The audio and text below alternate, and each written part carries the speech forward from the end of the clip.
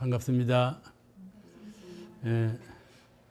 오늘 대종경 강의는 성리품 제13장을 공부하시겠습니다. 눈이 많이 와서 이렇게 속이 쌓인 날 법설하실 때 옛날 불가에서 어느 학인이 그 스승에게 물었어. 도가 무엇이니까? 스승이 대답하기를 내가 너에게 도를 말해줘도 도에는 어긋나고 도를 말해주지 않아도 도는 어긋나나니 그 어찌 했으면 좋겠느냐 이렇게 반문을 했다. 그 말씀이세요. 이제 불가 화두예요. 도를 말해도 어긋나고 말하지 않아도 도에는 어긋난다. 그럴 수가 있을까요? 논리적으로 맞지 않지 않아요? 되게 도라 하는 것은 쉽게 말하자면 길이죠. 길도자니까.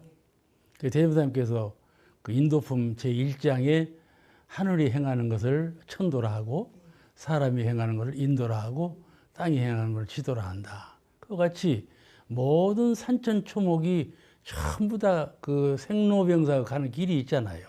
길이 있어. 그 길이 진리적으로 본다면 한 길이라 말씀이죠. 이 한 길, 하나로 통하는 길.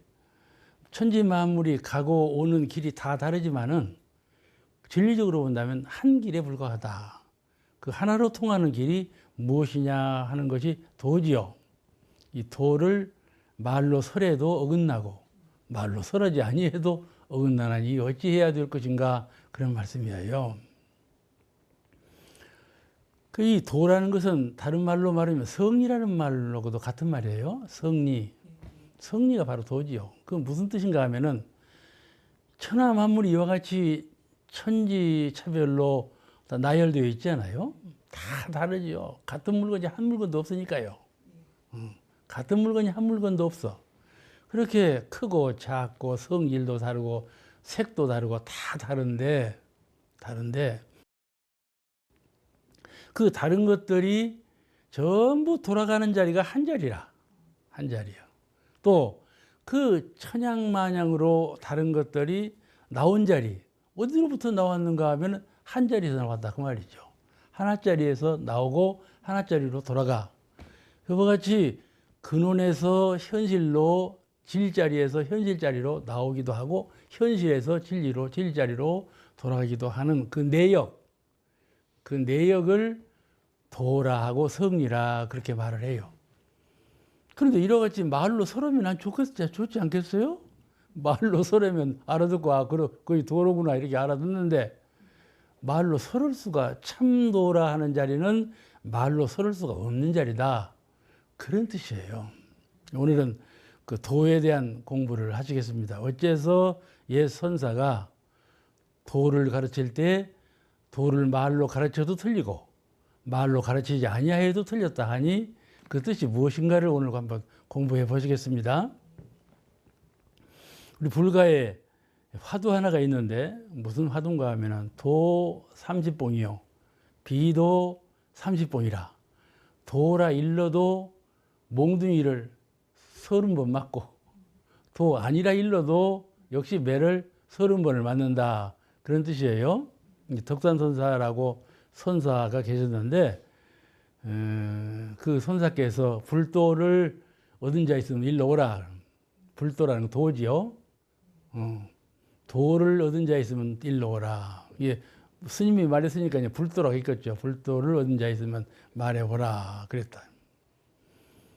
그런데 이제 도를 얻은 사람은 이제 말을 할 것 아닙니까? 도를 얻은 자리를 도 얻었다고 뭐라고만 말하면 방맹이로 30번을 때리고 도를 얻지 못하였다고 말해도 방맹이로 30번을 때리고 이런단 말이에요. 이게 어찌할 수가 없었다. 덕산선사 문화에서 이 화두가 전해져 온 것이에요. 도덕이야 30봉이요. 도부득이야 30봉이라 이렇게 전해져 오고 있어요. 여러분 매를 한 30번 맞아본 일이 있어요? 한 번도 없지. 30봉을 맞아봐봐. 몸은 그냥 부서져 버리고 정신도 헷갈려 버리고 그렇게 될 것 아니겠어요? 멍하는 상태로 돌아가겠죠? 그런데 말과 이론이라는 것은 직관을 방해하는 거예요. 우리가 사물을 볼 때 천지만물의 도리, 천지만물의 진리, 천지만물의 근원자리를 깨쳐야 되겠는데 그 깨치는 자리에서 이미 부처님께서 설하신 말씀, 법이 있죠? 도라 하는 거 이런 것이다 하고 말씀을 하셨어. 또 이제 우리 스승이나 책이나 경문에서 말한 그런 그 도덕, 법이라는 거. 그걸로 배웠으니까 그걸로 말할 수밖에 없지. 그렇지 않아요? 배운 대로 말할 수밖에 없는 거예요. 우리가 교당에서 교우님이 뭘 물어볼 때 배운 대로 말하잖아요. 그거 같이. 근데 이렇게 배운 대로 말하면은 틀리다. 그거거든.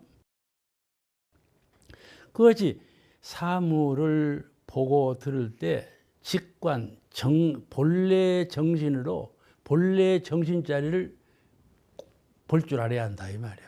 현실 자리로 보지 아니하고 현실은 천차만별로 되어 있지만은 그 하나로 통일된 자리를 보지 못한다. 왜냐하면은 마장이 있어. 무슨 마장이냐? 분별, 집착 이런 마장이 있거든요. 그런 마장에 걸려가지고 직관을 못해요. 장애가 없는 눈으로 볼 줄을 몰라. 그렇단 말이죠. 그래서 말과 이론은 방해롭다. 그 자리를 드러내는데 방해로워. 말은 생각함으로써 말할 수 있지요? 생각 않고 말할 수 있나요? 송장은 말하지 못하잖아요. 생각함으로 말해요. 생각이라는 것은 도에서 한 자리 나온 자리라 이 말이에요. 한 자리 나온 자리요. 그렇기 때문에 한 자리 나온 것으로 근원적인 도를 말할 수가 없다. 응? 한 자리 나온 생각을 베풀면 이미 이론상 진리에서 벗어났다 이 말이에요. 벗어난 것으로 어떻게 그 진리 자리, 진리를 표현할 수가 있겠는가? 그런 뜻이죠. 말하면 틀린다 이 말이죠. 한 발 나온 자리는 어긋난 것이에요.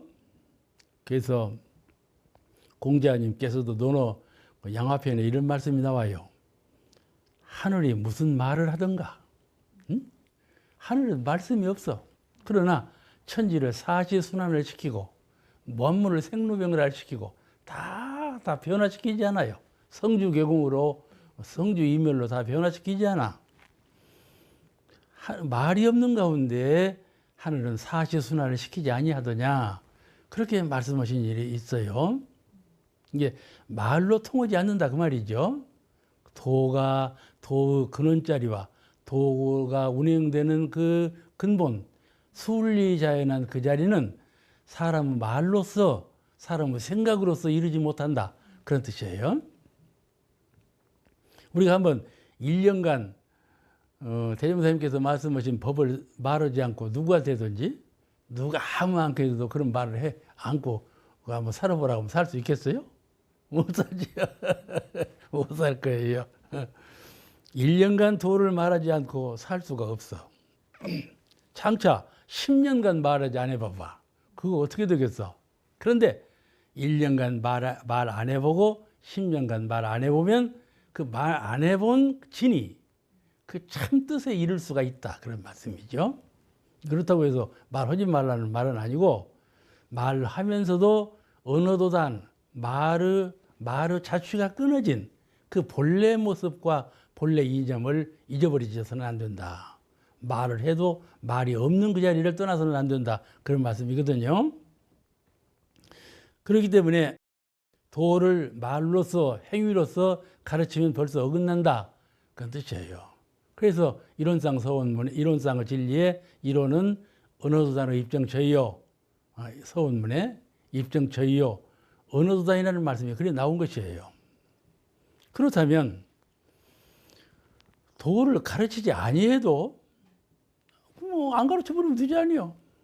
무슨 말할 수 없는 자리니까 안 가르쳐 버리면 되는 거예요.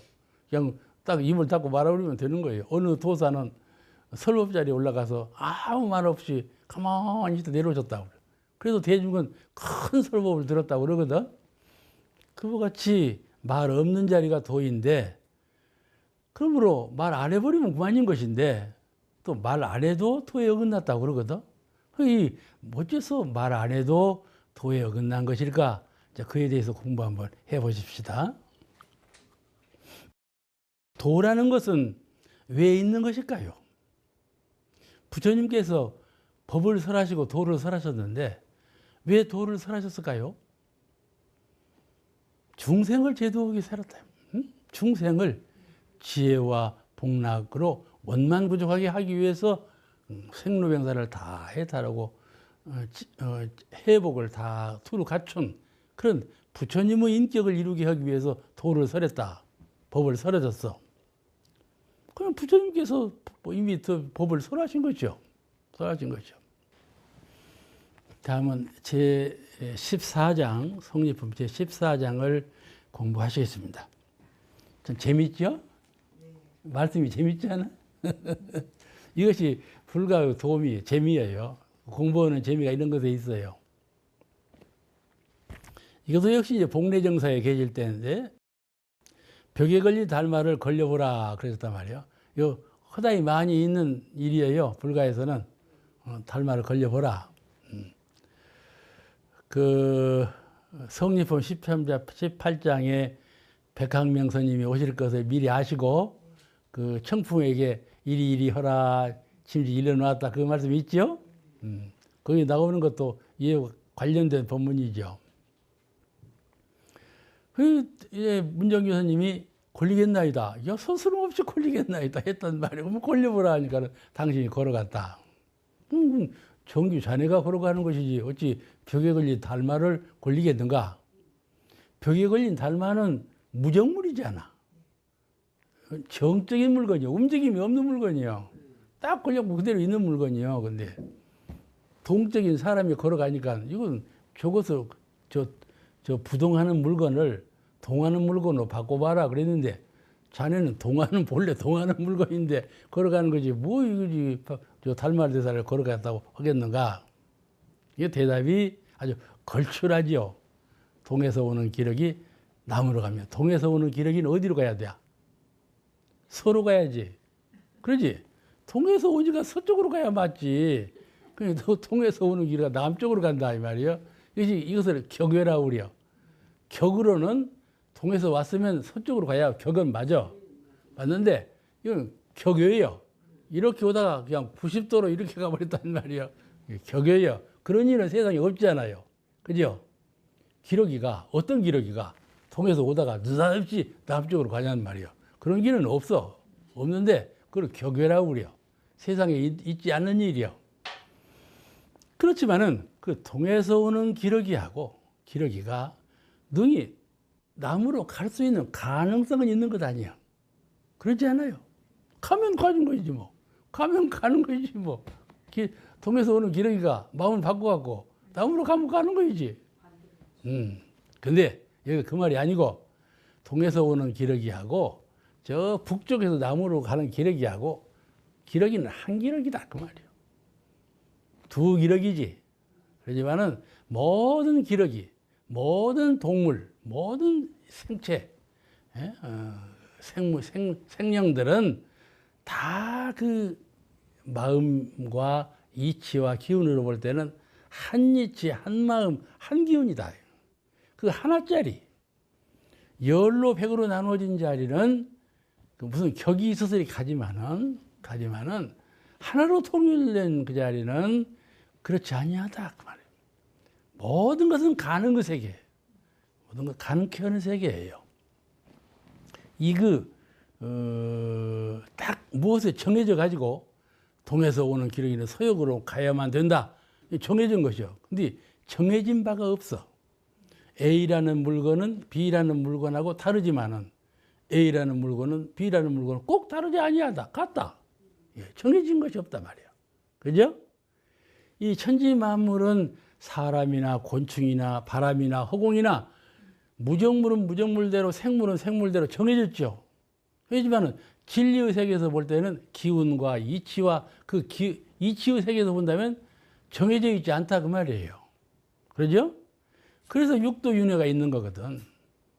부처님도 정해진 바가 없고 중생도 정해진 바가 없고 천지 만물도 정해진 바가 없어서 항상 변화 속에 있다. 변화 속에 있어요. 그런 이치. 그러니까 이것과 저것은 도무지 하나다. 이게 불가의 불리문 소식인데 항상 제가 말하죠. 불리문 소식, 불가의 도리는 일체 유심조, 불리문 이 두 가지 안에 용해되어 있어요. 근데 이 문정규 선생님이 걸어가는 것하고 달마가 걸어가는 것하고 하나다 그 말이죠. 그래 이제 표현한 것이요.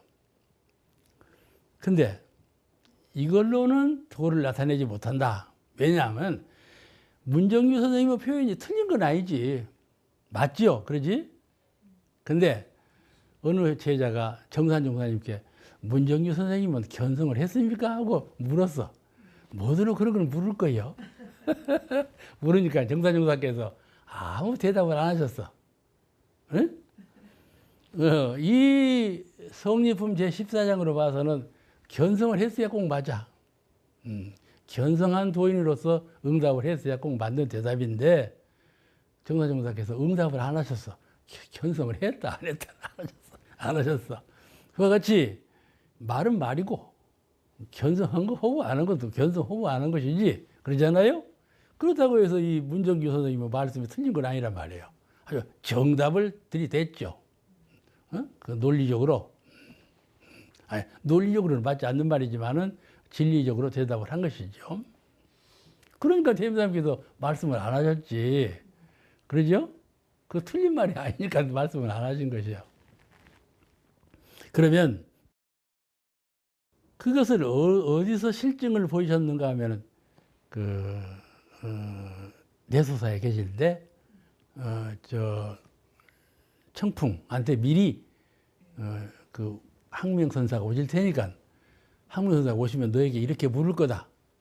도구통을 찌고 있는데 발을 옮기지 말고 돌을 일러 오라. 그럴 거다. 그러면 찌타가 절구대를 푹 들고 가만히 있거라. 그랬단 말이에요. 청풍은 허라는 대로 해야지. 그 다음에 방으로 들어와서 달마를 한번 걸려봐라. 그러거든. 네가 그냥 걸어가거라. 이렇게 일러놨어. 그럼 이제 백광명 선생님이 오셔갖고 이제 백광명 선생님이 아주 유명한 분이에요. 불가에서. 이제 그 내소사 주지로 계시고 월명암, 내소사, 내장사 다 주지를 겸하신 분이셨어요. 그 내장사에 있을 때는 내장사를 크게 부흥시킨 훌륭한 도인이시죠. 백광명 스님이. 그런데 이제 그러니까 백광명 스님이 아니나 다를까 대종사님 말씀과 똑같이 청풍하게 묻는 거예요. 어떻게 이렇게 잘 아시고 꼭 그대로 가르쳤냔 말이요. 꼭 그렇게 물어.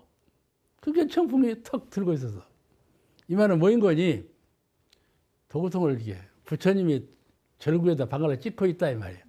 이거는 동하는 거예요, 정하는 거예요. 동하는 거지. 동하고 있어 지금. 부처님이 움직이고 있어. 근데 자리를 옮기지 말고 그 자리에서 도를 일러 오라 그랬어. 그러니까는 탁 그리고 동하지 않는 모습을 보였어. 동하다가 동하지 않는 모습을 보였어. 동정일여를 나타낸 거야. 그죠? 그러니까 우리가 말할 때는 이거 동하는 거예요, 동하는 거예요. 동하는 거죠. 말을 안 할 때는 동 안 하는 것이지. 그렇죠? 이게 말 안 하고 말하고 이 둘을 겸한 것이 도예요. 그러면 절구통도 찢고 있는 것과 찢지 아니하는 것, 이 둘이 다 도예요. 그러니까 찢고 있는데 도를 일러 오라니까 찢지 않는 것으로 표현했다 이 말이에요. 그러니까는 두 가지를 겸대한 저 사람은 둘이 아닌 동과 정이 둘이 아닌 그 진리를 파악하고 있구나. 알겠죠? 그죠? 저 사람은 동정일여의 소식을 깨달은 사람이다. 알았다 그 말이에요. 예, 금강산에서 복례정사까지 온 것은 상당히 먼 거리로 오지 않았습니까? 와서 금강산에서 오신 분이니까 스님이니까 그분은 아마 행자로서 여기저기 들리면서 여러 가지를 견문을 넓히고 그런 이제 수도승이었을 것이에요. 그런 분이 와서 대종사님께 이제 사롭기를 도가 무엇인지 알고 싶나이다. 그랬다. 벌써 행자 차림이 어디서 온 걸 다 아시거든. 무슨 뜻이 있어서 이렇게 여기까지 찾아왔는가.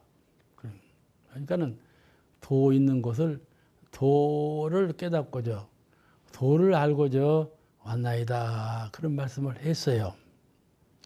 그러니까 아주 간단하게 간명하게 대부사님께서 응답하시기를 도가 그대 묻는 자리에 있나니라 이렇게 응답하셨어요. 오늘 이에 대한 공부를 하시겠습니다. 도가 무엇이니까 하고 물으면은 도가 무엇이라고 대답했어야 맞지. 오히려 네 묻는 자리에 있다. 묻는 거 그것이 돈이라.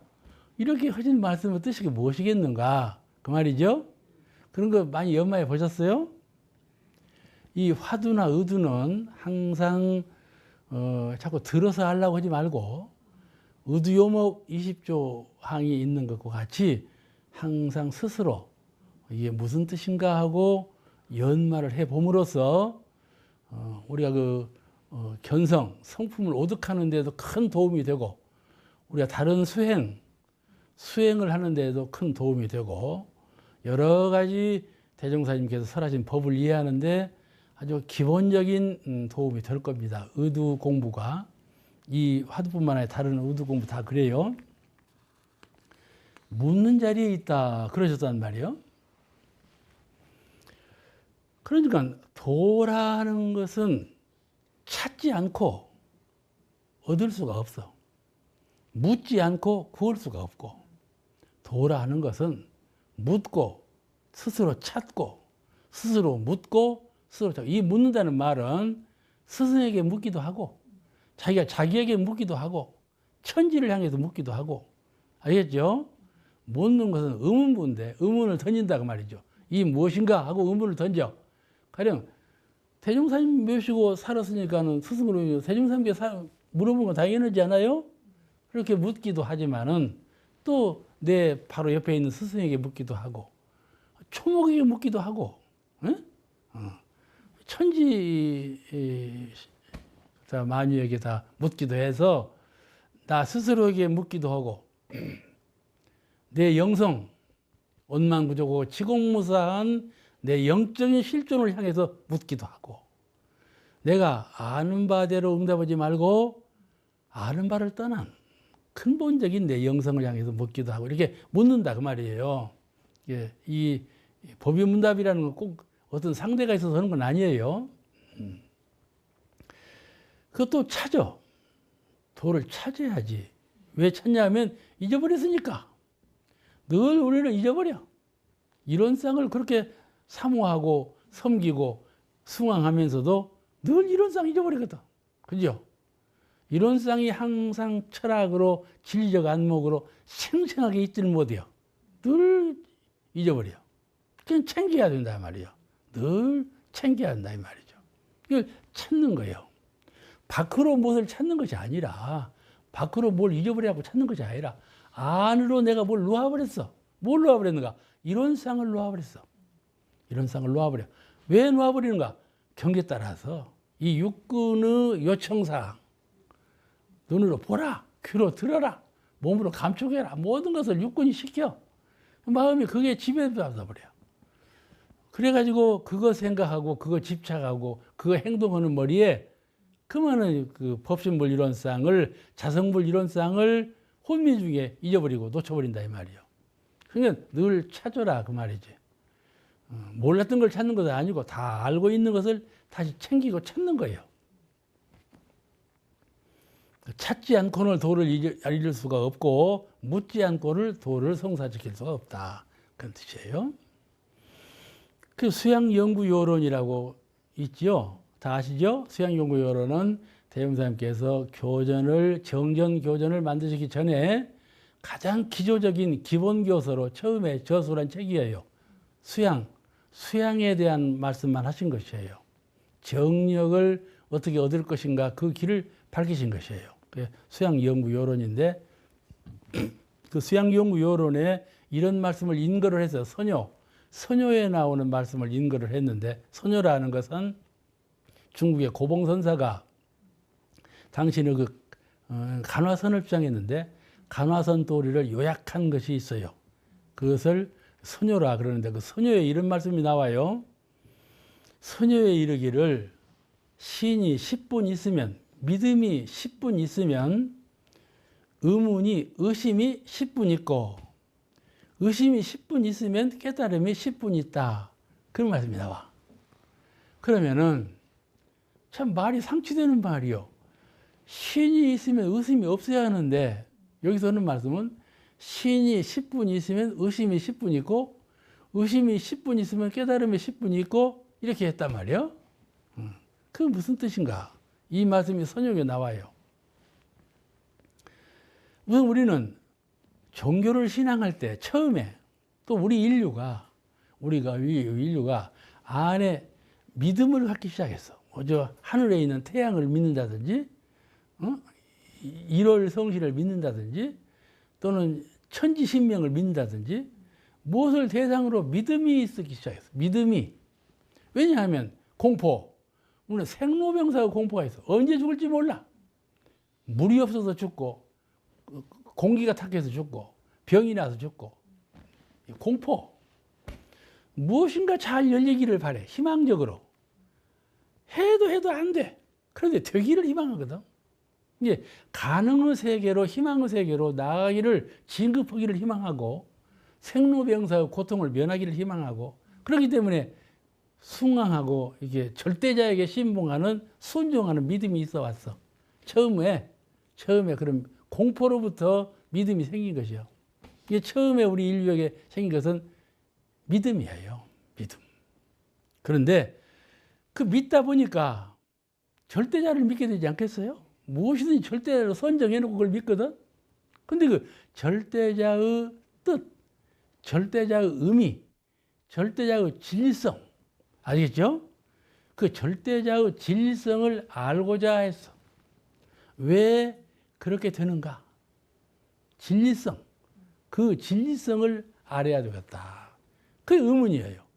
그러니까 처음에 믿음이 간절하게 믿었는데 나중에 그 믿음의 대상에 대해서 즉 진리성을 알고자 하는 마음이 생겼다 그 말이에요. 왜 그렇게 되는가? 왜 그렇게 되는가? 그 무엇이 들어서 그와 같은가? 또 그 절대다 그분은 누구신가? 응? 그거를 의문을 갖게 되었단 말이에요. 의문을. 당연하죠. 그러니까 신이 10분 있으면 의문이 10분 일어난다 그런 뜻이에요. 그래가지고 의문 이 무엇인가 하고 그 진리성을 깨달으려고 노력하면 노력할수록 깨달음이 생긴다. 작은 자리에서 소각 작게 깨닫고 큰 자리에서 대각 크게 깨닫고 이게 소각, 중각, 대각 이렇게 언제든지 그 일에 대한 깨달음이 생겨나. 깨달음에서 깨달음으로 자꾸 이렇게 폭이 넓어지고 심도가 깊어지고 화려한 큰 깨달음에 이를 때까지 깨달음이 연속된다 이 말이죠. 오늘 말씀 여기서 마치겠습니다. 감사합니다.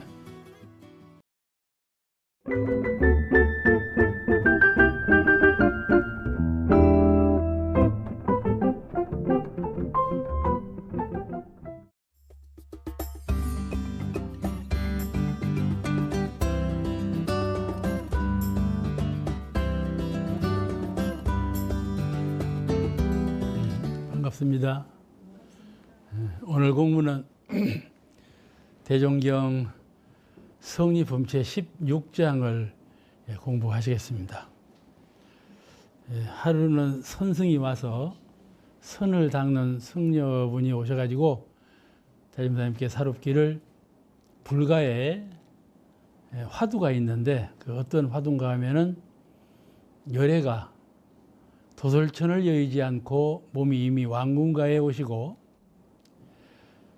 태중에 계시면서도 벌써 중생제도를 다 마치셨다 하는 화두가 있는데 그 뜻이 어떤 뜻입니까 하고 사루었어요.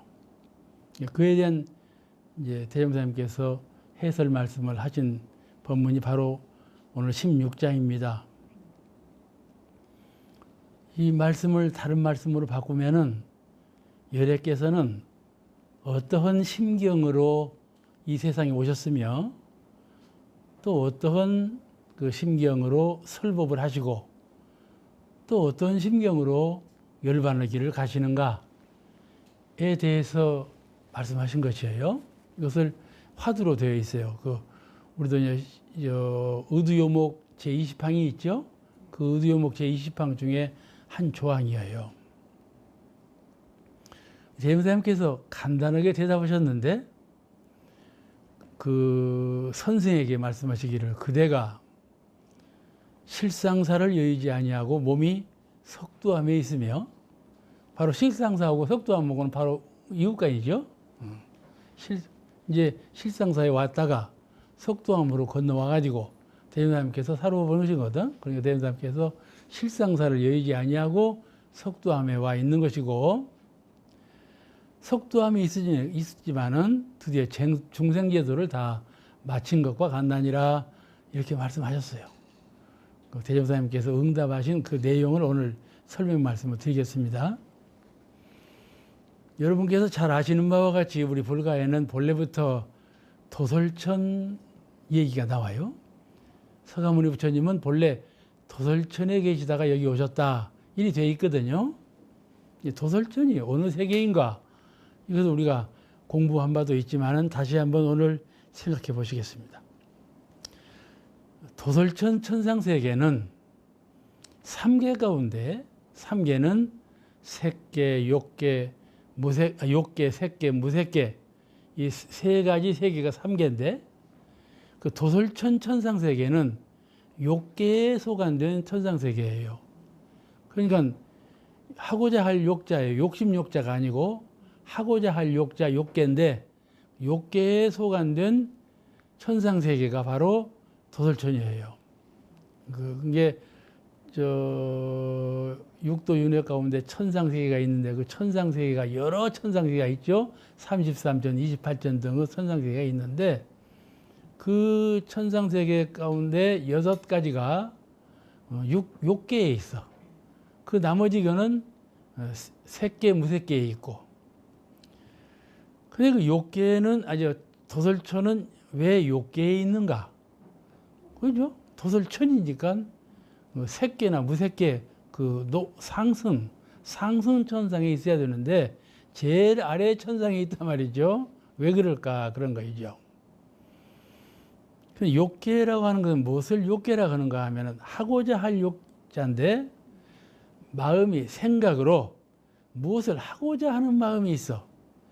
가령 성불하고자 하는 마음이 우리에게 있죠. 또 성불하시면은 중생을 제도하고자 하는 서운의 원력 마음이 있잖아요. 뭔가 하고자 하는 마음이 세상에 태어나서 사람은 여러 가지 하고자 하는 마음이 있죠. 그렇죠? 배고프면 먹고 싶은 마음이 나죠. 추우면 옷을 입어야죠. 사람을 만나면 얘기해야죠. 생활을 하면 사업을 해야죠. 하고자 하는 무엇인가 생각하고자 하고 행동하고자 하고 무언을 이루고자 하고 이렇게 오래 살고자 하고 그런 하고자 하는 마음이 있는데 하고자 하는 마음을 일으키는 세계 그 세계를 욕계라 그런다. 그러니까 그러면은 서가모니 부처님은 도솔천에 계신다 그러는데 왜 도솔천은 욕계에 있는 걸까? 이거는 성불재중이에요.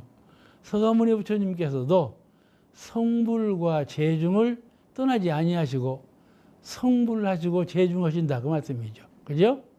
그러니까 하고자 하는 마음을 갖고 계셔. 그죠? 성불 재중을 하고자 하는 마음을 하고 계셔. 그러니까 도솔천이 욕계에 있는 거다 그런 말이에요. 그런데 그 욕계라는 것은 불교 사전에 보면 이렇게 써졌어요. 유정세간과 유정이라는 것은 생각하는 무엇이든지 생각하는 유정물 그러죠?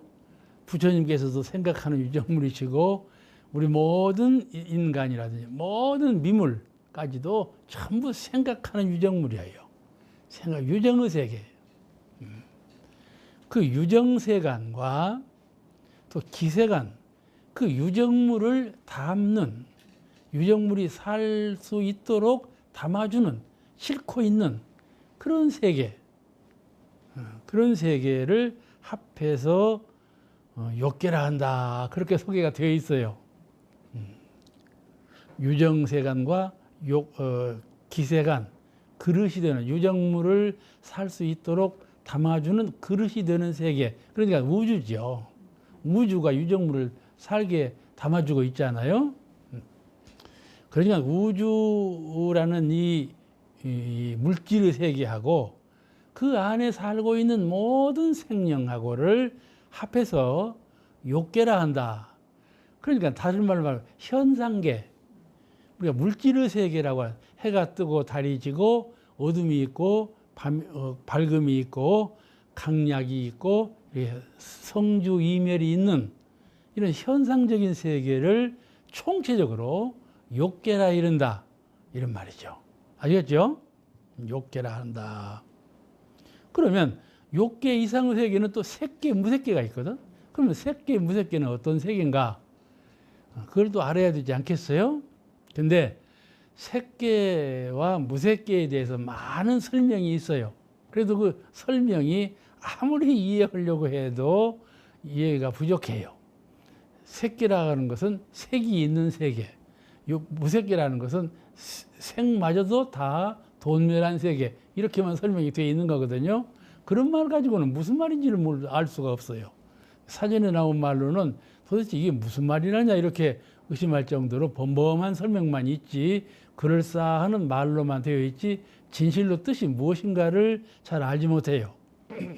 오늘 이에 대한 말씀을 잠깐 드리려고 그럽니다. 어떠한 선지자도 이 삼계에 대한 명석한 설명을 하지 않았어요. 그냥 삼계다, 욕계, 색계, 무색계다 이렇게 그냥 말씀만 했지.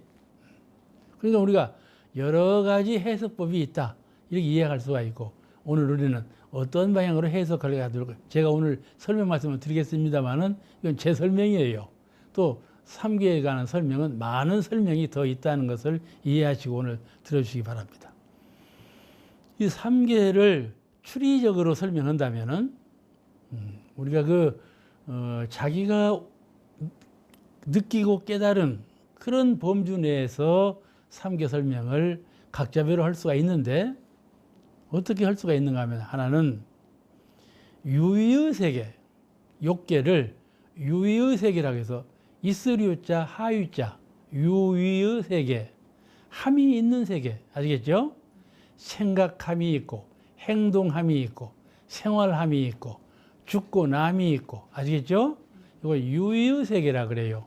가고 옴이 있고 가고 옴이 있고 유의의 세계. 그 유의의 세계가 욕계다. 이 유의의 세계는 왜 유의의 세계라 하냐면 함이 있는 세계, 생각함이 있는 세계예요. 생각함으로 뭘 하지요? 생각도 안 하면서 뭘 할 수는 없잖아요. 생각함으로 뭘 하기 때문에 생각이 있는 세계, 함이 있는 세계, 이거를 유의의 세계라 그러고 욕계라 이렇게 말한다, 말할 수가 있습니다. 천지만물도 종자에서 um이 나고 um에서 이파리가 나고 결질하고 또 생멸하고, 초목도 그러죠. 1월도 새벽이면 뜨고 밤이면 숨고 1월 성신이 다 운행하지 않아요? 뭐 천지만물이 한시도 쉼이 없이 운행하고 있거든요. 이와 같이 유의하고 있어 무엇인가? 함을 행동하고 있어, 동작하고 있어, 아시겠죠? 함이 있는 세계를 유의의 세계라 그러는데, 이 유의의 세계를 욕계라 그런다 이렇게 이해하시면 좋고요. 그 다음에 색계는 뭔가? 이 생각하는 것이 멸해버렸어. 생각을 하지 않아, 아시겠죠? 우리가 선을 닦을 때 아무 생각 없는 지극한 경지에 이르죠. 그냥 아주 고요하고 두렷하고 고요한 아주 요요한 자리에 들어가지 않아요? 그렇게 생각이 없는 자리, 생각함이 없어. 생각함이 없는데 어떻게 행동이 있겠어요? 선을 지극한 경지에 들면 행동도 생각도 없는 자리잖아요. 그런 자리. 그런데 선을 잘 닦으면 무엇이 나타나나요? 광명이 나타나요. 자성의 해광, 자기 성품에서 발현되는 정신적 광명, 그것이 환하게 발현된다 그 말씀이죠. 스스로 발현이 돼, 나타나 스스로. 그런 움직임이 없고 생각함이 없는 가운데 발현되는 광명이 있어요. 그런 광명의 세계, 그런 광명의 세계를, 광명은 색이 있는가요, 없는가요? 색이 없어? 환한 빛은 색, 애들 보고 빛을 그리라고 하면 뭔 색으로 그려놔요? 붉은색으로 그려놨지. 붉은색으로 그려놨지. 그죠? 또 광명이 있으므로 천지 만물이 전부 색을 나타내지 않아요. 광명이 있으므로 무지개가 뜨고, 광명이 있으므로 소나무가 푸르고, 광명이 있으므로 흙이 붓다 그 말이죠. 광명이 없으면 흙이 붓습니까? 아무것도 없죠. 그와 같이 광명, 아주 색의 근본이죠. 무엇인가 광명은 나타난 것은 분명히 나타난 건데 움직임이 없고 생각함이 없다 그 말이죠. 이것을 무유라 그래요. 함이 없다. 함이 없는 세계. 함이 없으면서도 빛으로 나타났다 그런 말이에요. 그를 색계라고 그런다. 색계, 욕계, 색계, 색계. 무의의 세계. 아까는 욕계는 유의의 세계. 이제 색계는 무의의 세계. 이렇게 구별할 수가 있습니다. 그 다음에 그러면은 광명이면 다 끝났지 무엇이 또 있겠나 그러지만 그렇지 않아요. 광명 그 이면, 광명 그 이면, 그 광명이 나타나기 그 이전 소식. 그는 무엇인가 하면은 광명도 멸도된, 광명도 사라져버린 그러한 열반의 세계가 또 있다 그 말이죠. 영어로는 닐바나라고 그러죠. 그 열반, 불교는 아주 착한 이념을 열반으로 봐요. 열반이 불교에서 말하는 최고 이념이에요. 최고 이념. 그 열반의 세계, 그를 해탈의 세계라 그렇게 말합니다. 해탈의 세계. 그러니까 무색계는 이 해탈의 세계를 말해요. 자유해탈. 아주 최상경지죠. 최상경지. 그러한 경지인데 이걸 다른 말로 바꿔 말하자면 이것이 그러면 욕계, 색계, 무색계는 뭘 표현한 것인가 하고 본다면은 물론 세계를 표현한 것 같지만은 그 실상은 마음의 세계를 아는 거예요. 마음의 세계를 그와 같이 구별하신 것입니다. 왜냐하면은 마음의 세계에 있는 것 꼭 그대로 이 세계가 조판되었어요. 아시겠죠? 그래서 우리 불가에서는 일체 유심조라 그렇게 말하죠.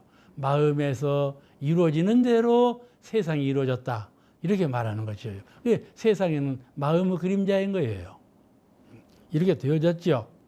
이런 방향으로 욕계, 색계, 무색계를 이해할 수가 있다. 꼭 이렇게는 이해하지 마세요. 오늘 제가 아까 말씀드렸죠.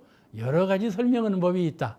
그런데 이렇게도 두들겨보고 저렇게도 두들겨보고 그러면서 그 말로 표현하지 못할 삼계의 세계가 이런 것이로구나 가히 깨달을 수가 있는 것이죠. 말로 표현하지 못하는 그런 삼계에 관한 깨달음을 우리가 가져야 돼요. 그래서 이와 같이 말로 글로 표현하지 못하는 삼계이기 때문에 어떠한 선지자도 확실한 삼계에 관한 말씀을 하지 못했다. 이런 것을 말씀드릴 수가 있어요.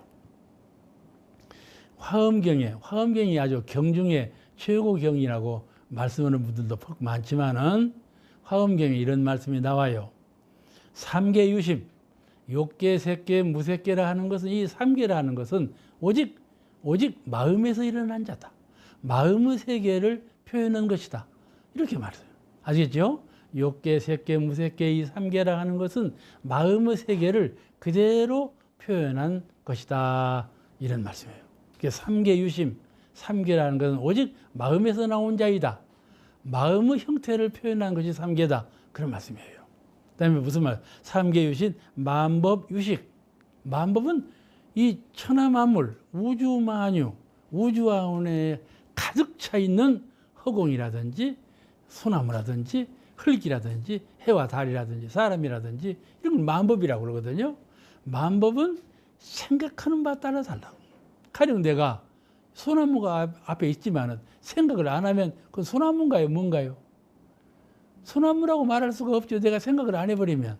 그렇잖아요. 그죠? 내가 생각하니까 소나무지. 철학적으로 보면 그러지 않아요? 그같이 유식 오직 생각함으로 오직 아르마리가 있으므로 만법이 있게 되었다. 만법 유식 이렇게 말하고 있어요. 좀 어려운 표현이에요. 좀 철학적인 표현이지만은 우리가 성리를 공부하고 사리를 연마할 때 이런 자꾸 궁굴리는 해도 이 연마하는 정신을 자꾸 궁굴리면은 이것이 사리를 통하는 큰 마음의 실력이 되고 또 사리 연구 가장 근본자리는 자성의 해광, 마음의 광명자리인데 광명을 회복하는데 큰 힘이 돼요. 사리를 연마해서 사리에 통달하면 사리의 근본이 되는 우주만유 자성의 해광을 회복하는데 큰 힘이 된다. 그래서 우리가 사리 연구를 잘 해야죠. 이런 삼계유식, 삼계유심, 만법유식이라는 화엄경의 말씀을 빌어서 삼계를 이해할 필요가 있다. 이런 말씀을 부연해서 드립니다. 먼저도 말씀드렸지만 박창기 선진께서 그 기록, 대종사님 법문을 많이 기록하셨는데 그 기록 가운데 이런 말씀이 나와요. 무슨 말씀인가 하면은 정관음행님이 대종사님께 살았어요. 대종사님께서는 어째서 천상계에 관한 말씀, 사후에 관한 말씀을 잘 안 하시고 현실에 관한 말씀을 많이 하십니까? 이렇게 살아왔어요.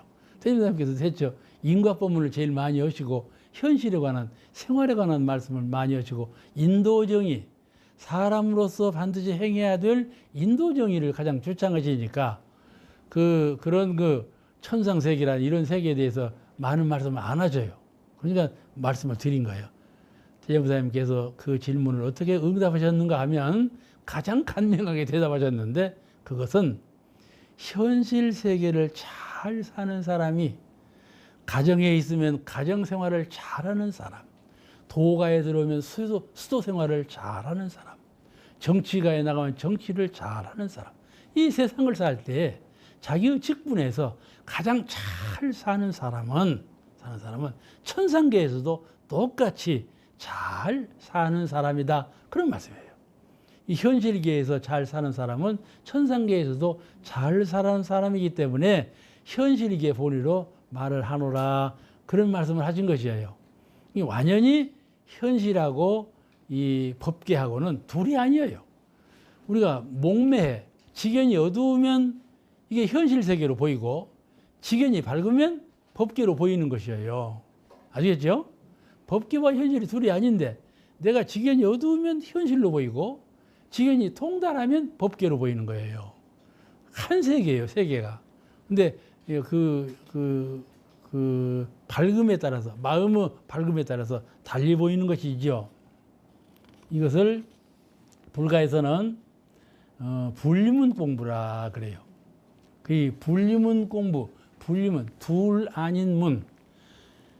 부처님께, 과거 서가모니 부처님께서 설하신 모든 법이 둘 아닌 법을 설하셨어. 이 세상에는 모두가 둘로 나눠져 있어.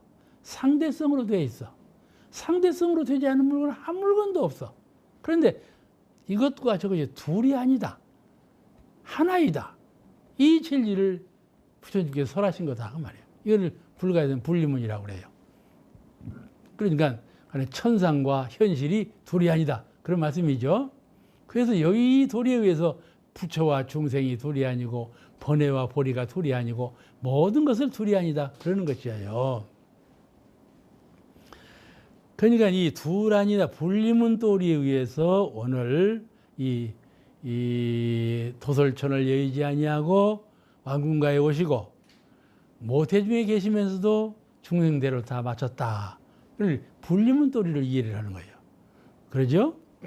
그러니까 이 분리문이라는 것은 미와 오가 둘이 아니고 깨달음과 어리석음이 둘이 아니고 법계와 현상이 둘이 아니고 대각과 자비가 둘이 아니고 모든 걸 둘이 아니다. 이건. 그 분리문 도리로 이해를 하면 아주 이해하기가 쉽습니다.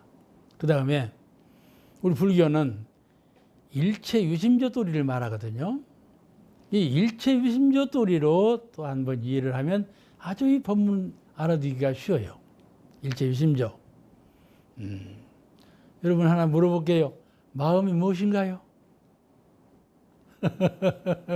마음같이 알아맞추기 쉬운 것이 없지만 마음이 무엇이냐고 또 물으면 그러지 않아요.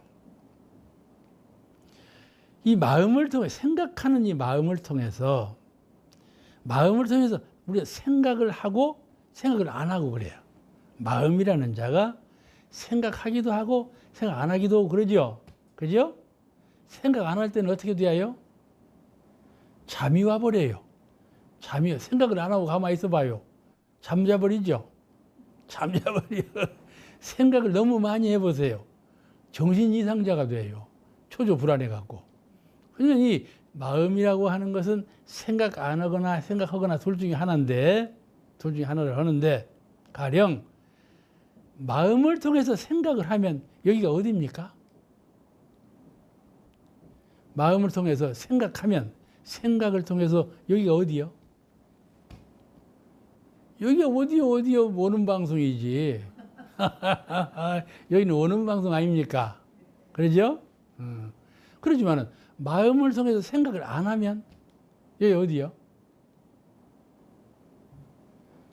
여기가 도솔천인 거예요. 아시겠죠?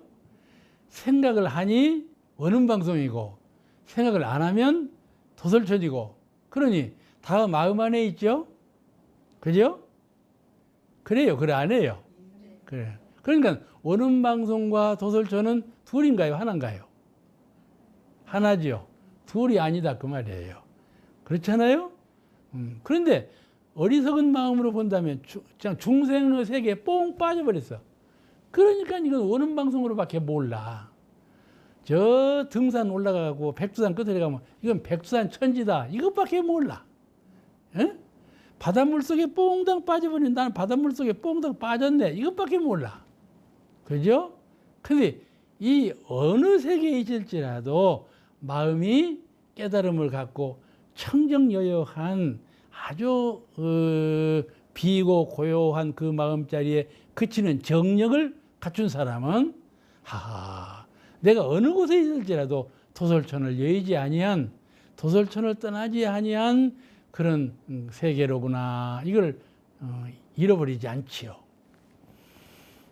그래서 도솔천과 현실이라는 것은 마음 작용하는 데 있다. 일체유심조. 그 마음 작용하는 데 따라서 달라진다. 이걸 알 수가 있어요. 오늘 공부 여기서 마치겠습니다. 감사합니다.